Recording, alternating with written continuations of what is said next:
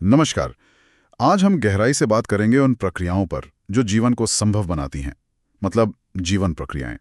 ये कक्षा 10 जीव विज्ञान का एक अहम हिस्सा है, पर हम इसे सिर्फ पढ़ेंगे नहीं, समझने की कोशिश करेंगे। तो ये जीवन प्रक्रियाएं आखिर हैं क्या?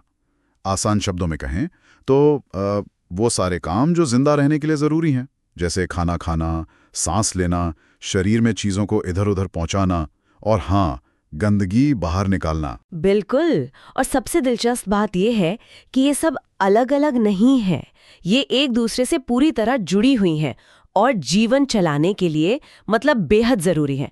एक के बिना दूसरा काम नहीं कर सकता। सही। तो चलिए एक एक करके समझते हैं। शुरुआत पोषण से करते हैं, मतलब खाने से। इसमें दो मुख्य तरीके हैं ना। एक तो वो पौधे वाला तरीका। हाँ, स्वपोषण। पौधे तो कमाल करते हैं। वो धूप, कार्बन डाइऑक्साइड और पानी से अपना खाना खुद ही बना लेते हैं। इसी को प्रकाश संश्लेषण कहते हैं। हाँ, वो समीकरण 6CO2 + 6H2O फिर बनता है ग्लूकोज और ऑक्सीजन। ये तो ठीक है, पर असल में ये प्रक्रिया अपने आप में एक चमत्कार है। कैसे सूरज की रोशनी खाने में बदल जाती है। बिल्कुल।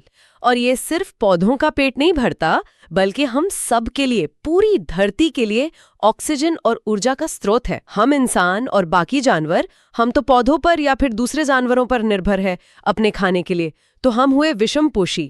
और हमारे अंदर खाना पचाने का एक पूरा सिस्टम काम करता है। खाना मुंह में डाला, फिर वो पेट में गया, छोटी आंत में, वहां वो छोटे छोटे हिस्सों में टूटता है। हाँ, और छोटी आंत में वो उंगलियों जैसी रचनाएं होती है ना, विली। हाँ, विली। वो पोषक तत्वों को सोखने के लिए सतह को बहुत ज्यादा बढ़ा देती हैं।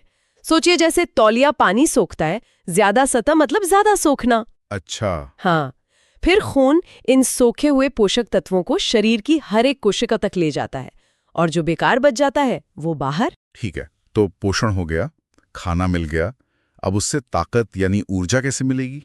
यहां आता है श्वसन। और ये सिर्फ वो सांस अंदर बाहर करना नहीं है, सही कहा ना? बिल्कुल नहीं।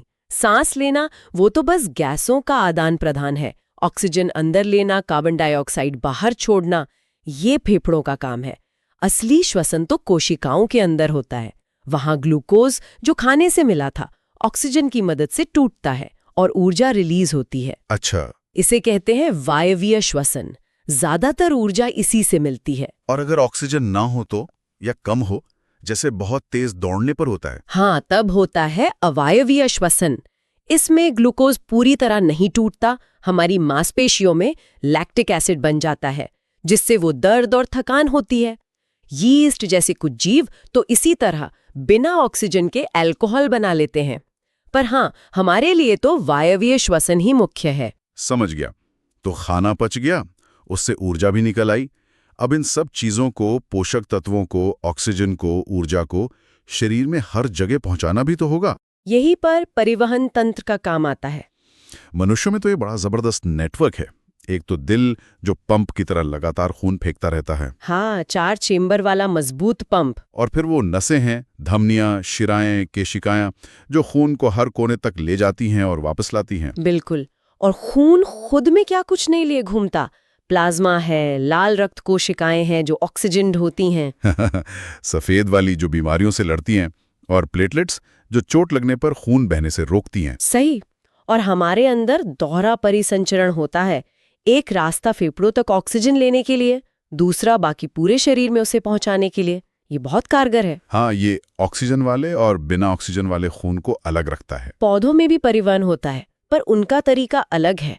उनमें जाइलम नाम के टिश्यू पानी और खनिज को जड़ों से ऊपर पत्तियों तक ले जाते हैं। और फ्लोएम? फ्लोएम पत्तियों में बने खाने को पौधे के बाकी हिस्सों तक पहुंचाता है।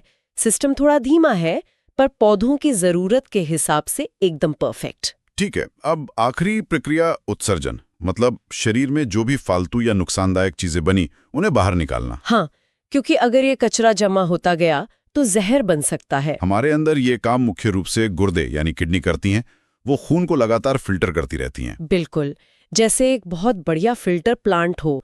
वो खून में से यूरिया जैसे अपशिष्ट पदार्थों को अलग करके पानी में घोलकर मूत्र यानी पेशाब बना देती हैं। और हर किडनी में लाखों छोटी छोटी फिल्टर यूनिट्स होती हैं, जिन्हें नेफ्रॉन कहते हैं। वो असली काम करती हैं। सही काम।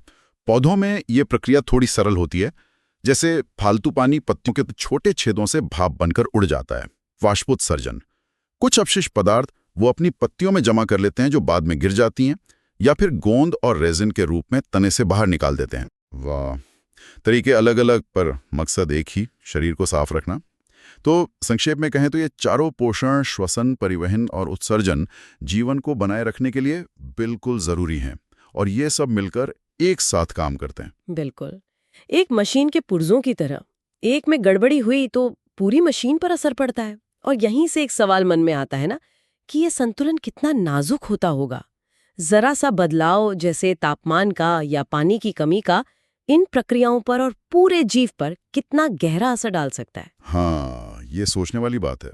और एक और चीज, अलग अलग जीव जो अलग अलग माहौल में रहते हैं, उन्होंने इन्हीं बुनियादी प्रक्रियाओं को कितने अनोखे तरीके से अपने हिसाब से ढाला है। सही, रेगिस्तान में ऊंट कैसे कम पानी में गुजारा करता है, या गहरे समुद्र में जीव कैसे रहते हैं, ये विविधता ही जीवन की असली कहानी है।